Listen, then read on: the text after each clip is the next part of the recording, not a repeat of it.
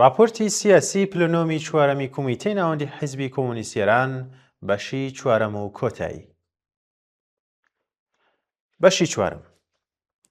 هەرکەکانی ئێمە لە کوردستان. خاڵ یەکەم، ئاراستەی تاکتیکی و پەیوەندیەکەی لەگەڵ ئامانجە استراتیژیەکان. لە بەردۆخی ئێستادا بە لە بەرچاوگرتنی تایبەتمەندیە سیاسی، کۆمەڵایەتی و چینایەتیەکانی کۆمەڵگەی کوردستان و ئەزموونی خەباتگێڕانەی ئەم کۆمەڵگایە پێویستە هەڵسوڕاوانی حیزبی هەرچی زیاتر بەرەو چالاکیە کۆمەڵایەتی و جەماوەریانە هەنگاو بنێن کە ڕیشیان لە ژیانی ڕۆژانەی خەڵکدا هەیە. خەباتی سیاسی ئەگەر لە واقیعی کۆمەڵگە و پێداویستیە ڕاستەقینیەکانی کرێکاران، ژنان، لاوان، مامۆستایان، کۆڵبەران و زەحمەتکێشانی شار و لادێ دوور بکەوێتەوە، لە ئاستی تەنیا دروشمێکی گشتی و زێهنی دادەمێنێتەوە. هەر بۆیە ئاراستەی تاکتیکی لەم قۆناغەدا دەبێت لەسەر ئەو بنەمایە بێت کە چالاکی سیاسی و حیزبی لە ناو جێرگەی خەباتە کۆمەڵایەتیەکاندا ئامادەیی هەبێت و لە ڕێگەی ڕێکخستن و وشیارکردنەوەوە ڕێگا بۆ ئامانجە استراتیژیەکان خۆش بکات. تاکتیکەکانی ئەمڕۆ نابێ وەک پرسێکی جیا لە ئامانجە کۆتاییەکان سیر بکرێن. بە پێچەوانەوە هەر هەنگاوێک بۆ ڕێکخستنی کرێکاران، هەر هەوڵێک بۆ دروستکردنی ڕێکخراوەکانی ژنان، هەر حرەکەتێک لە پێناو ئازادیە دیموکراتیەکان، چالاکیە کلتوری، هونەری، ژینگەی و داواکاریەکانی خوێندن بە زمانی دایکی ئەگەر لە چوارچێوەی ئاسۆیەکی ڕوونی کۆمەڵایەتی دابێت، دەبێتە ئەڵقەیەک لە زنجیرەی خەبات بۆ گۆڕانکاریەکی بنەڕەتی. سیاسەتی تاکتیکی پردێکە لە نێوان پێداویستیە هەنووکەییەکانی جەماوەر و ئامانجە استراتیژیەکانی داهاتوو. پردێکی کە لەلایەکەوە بارودۆخی ژیان تا ڕادێک باشتر دەکات و لەلایەکی تریشەوە جەماوەر لەگەڵ پێویستی ڕێکخستن و یەکگرتووی و دەخاڵەتی ڕاستەخۆ لە چارەنووسی خۆیاندا ئاشنا دەکات. یەکێک لە بوارە گرنگەکانی ئەم ئاراستەیە بریتیە لە ئامادەیی چالاکانەتر لە ئەنجومەنە پیشەییەکانی ئەو کرێکارانەی کە لە شارەکانی کوردستاندان. چینی کرێکار و زەحمەتکێشان لە بارودۆخێکدا دەژین کە هەڵاوسان، بێکاری، حەقدەستی کەم، نەبوونی بیمە و ئاسایشی پیشەیی ژیانیانی بەتوندی خستۆتە ژێرگ و شارەوە.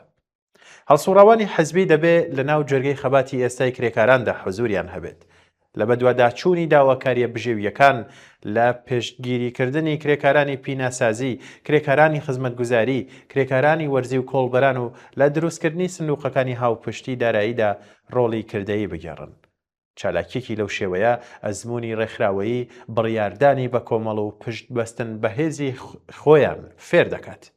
ئەمە ڕێک ئەو خاڵەیە کە خەباتی ڕۆژانە لە پێناو نان و کار بە ئاسۆیەکی فراوانتری دەسەڵاتی جەماوەری و دادپەروەری کۆمەڵایەتیەوە دەبەسرێتەوە. یەکێک لە بوارە گرنگەکانی تر بریتیە لە ڕێکخستنی ژنان لە دەوری مافە بنەڕەتیەکان و لەسەر بنەمای بەیاننامەی مافەکانی ژن، چەوسانەوەی ژنان لە کۆمەڵگای کوردستاندا وەک هەموو شوێنەکانی تری ئێران بە پێکهاتە چینایەتی، پیا و سالاری ئاینی و سیاسیەکانیەوە گرێدراوە.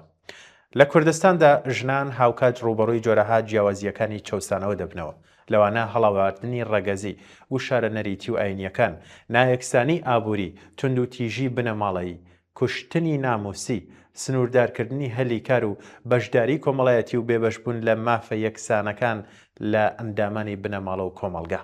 لەمڕۆوە دروستکردنی ڕێکخراوەکانی ژنان و کۆڕ و کۆبوونەوە ناوخۆیەکان دەتوانێت ڕۆڵێکی یەکلاکەرەوەی هەبێت لە گۆڕینی هاوسەنگی کۆمەڵایەتی. خەبات بۆ مافی پۆشینی جلوبەرگی دڵخواز، مافی کارکردن، حەقدەستی یەکسان، مافی تەلاق، مافی بەخێوکردنی منداڵ، بەرەنگاربوونەوەی تند و تیژی خێزانی و بەرگری لەسەر بەخۆی تاکە کەسی و کۆمەڵایەتی ژنان بەشێکە لە بنیادنانی کۆمەڵگەیەکی یەکسان و ئازاد لە داهاتوودا.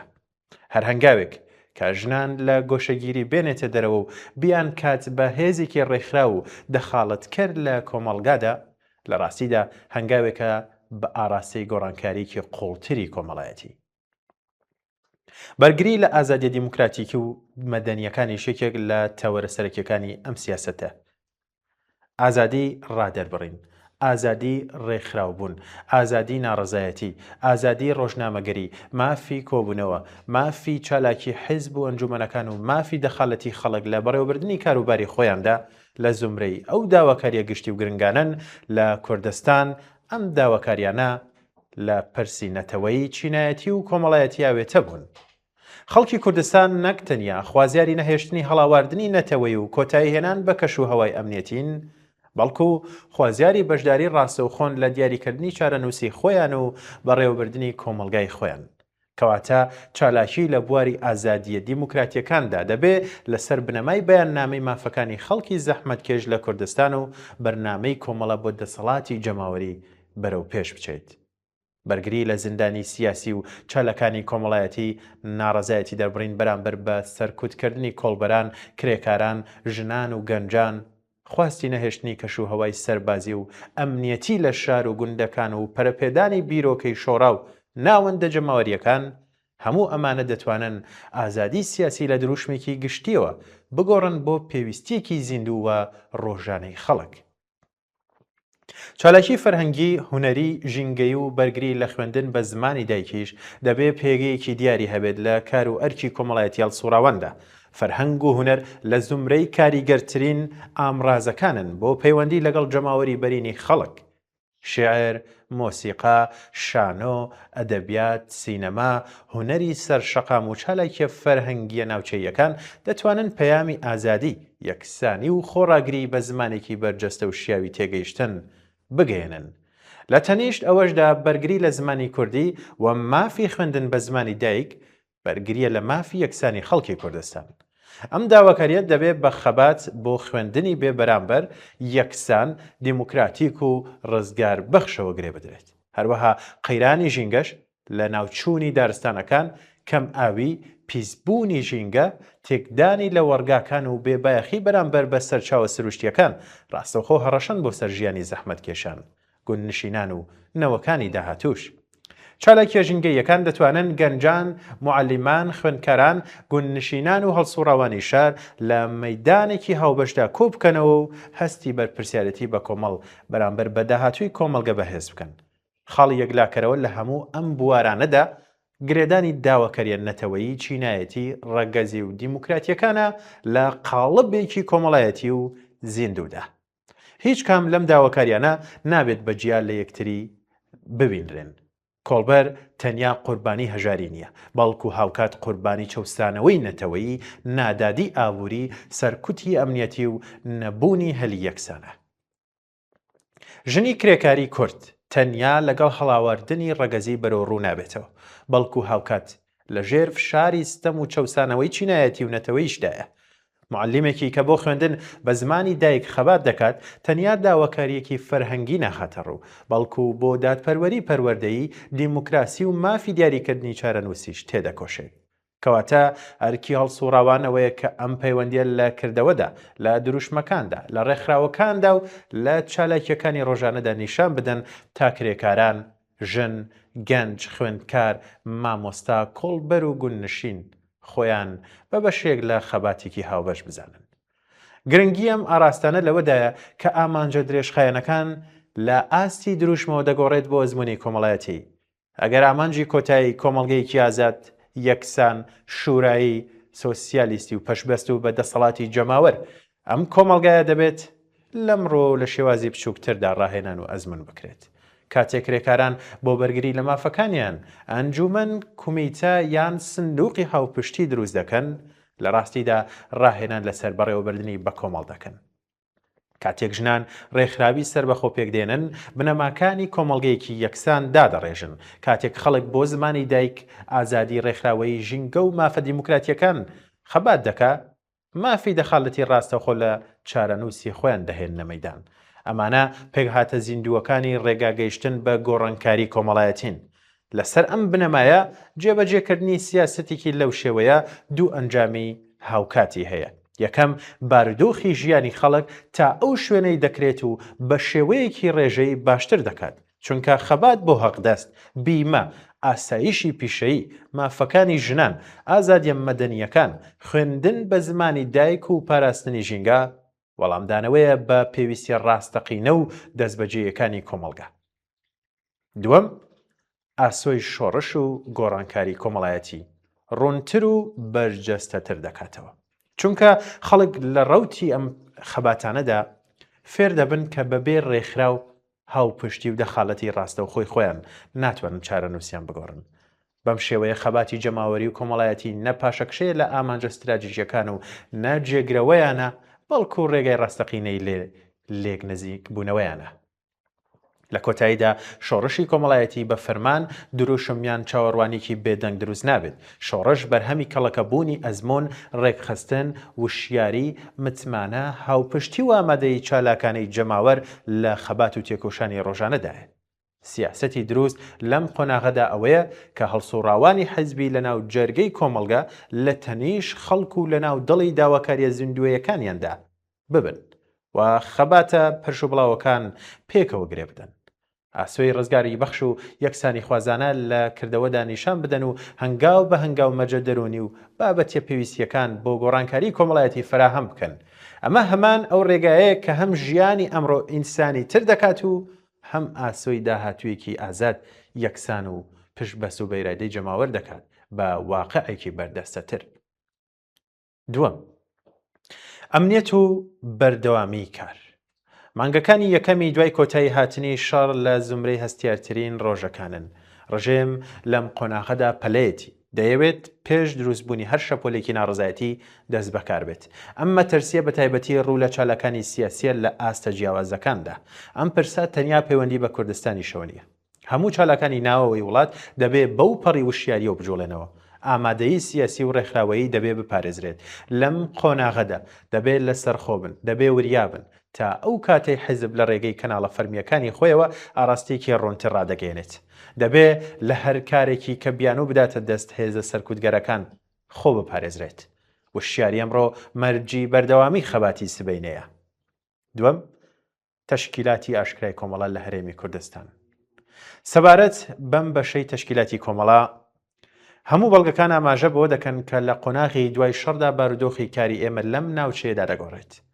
شێواز و ڕەهەندەکانی ئەم گۆڕانکاریە هێشتا ناتوانرێت بە وردیش دیاری بکرێت.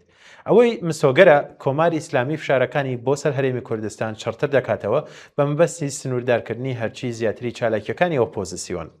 ئێمە ڕادێکی دیاریکراو لە فشارەکانمان دوای واژۆکردنی ڕێکەوتنی ئەمنی نێوان ئێران و عێراق ئەزمون کردووە و خۆمان بۆ چۆنێتی خۆگونجاندن لەگەڵ بارودۆخی نوێدا ڕاهێناوە. ئەم سیاسەتە پێشتر بە وردی داڕێژراوە و هەندێکیشی جێبەجێکراوە. دوو ئەسڵی بنەڕەتی چاودێری هەنگاوەکانمان دەکەن. یەکەم، بەردەوامی بەشە سەرەکیەکانی کار و چالاکی کۆمەڵە نابێت پەکی بکەوێت. دووەم، ئاسایش و کاروباری ژیانی هاوڕێیانی ئەم بەشەی تەشکیلات نابێت بکەوێتە مەترسیەوە. بەشی سێهەم، سیاسەت و ئاراستەی ئێمە لە تەشکیلاتی دەرەوەی وڵات. ئەرکەکانی ئێمە لە دەرەوەی وڵات لەسەر بنەمای بەڵگەنامەی پەسەندکراوی کۆنفرانسی 14هەم لەسەر ئەم تەوەرانەی خوارەوە دەبێت. خاڵی یەکەم، بەهێزکردنی حیزبیەت، بەهێزکردنی دیسیپلینی تەشکیلاتی، دروستکردنی پەیوەندی ڕێکوپێک لە نێوان ئۆرگانەکاندا، پابەندبوون بە ئەساسنامەیان پەیڕەوی ناوخۆ، بەرزکردنەوەی ئاستی زانیاری سیاسیان دامان و پاراستنی کردداری یەگرتوانە سەرڕای هەبوونی جیاوازی بیرۆڕە.